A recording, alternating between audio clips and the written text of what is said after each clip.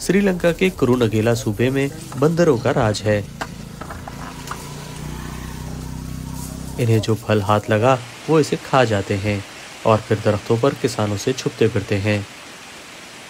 रत्नमाला विजयरत्ने ऐसे ही परेशान किसानों में से एक हैं।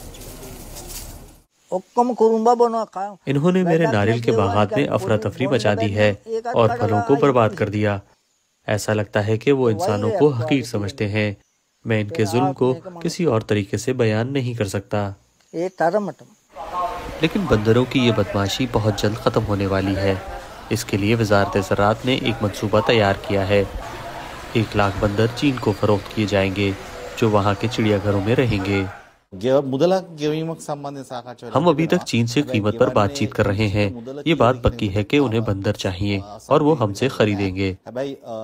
हमें इनसे जान छुड़ानी है। अभी तक कुछ तय नहीं हुआ, लेकिन हम बातचीत के आखिरी मरहले में हैं।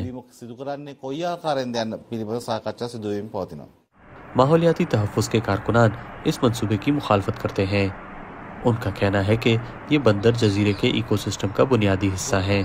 अगर इनमें से 1 लाख बंदर अचानक गायब हो जाएं, तो माहौलियाती निज़ाम खतरे में पड़ जाएगा। बंदरों की गैर मामूली अंदाज में अफजाइश हुई है। मुल्क के मुख्तलिफ इलाकों में अब बंदरों की कई अक़साम पाई जाती हैं।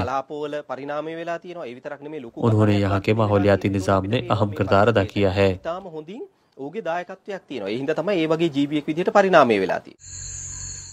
किसान रत्नमाला विजयरत्ने के लिए इन दलाइल की कोई अहमियत नहीं। वो कहते हैं बंदरों की वजह से उनका पूरा गांव बर्बाद हो रहा है, क्योंकि दिन रात खेतों की हिफाजत करना होती है ताकि जानवर मजीद तबाही ना मचाएं। वो हुकूमती मंसूबे की हिमायत करते हैं।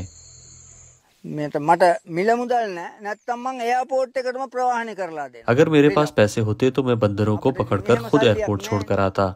हम बहुत परेशान हैं, लिहाजा हम इन बंदरों को चीन भेजने में हुकूमत की हर मुमकिन मदद करेंगे।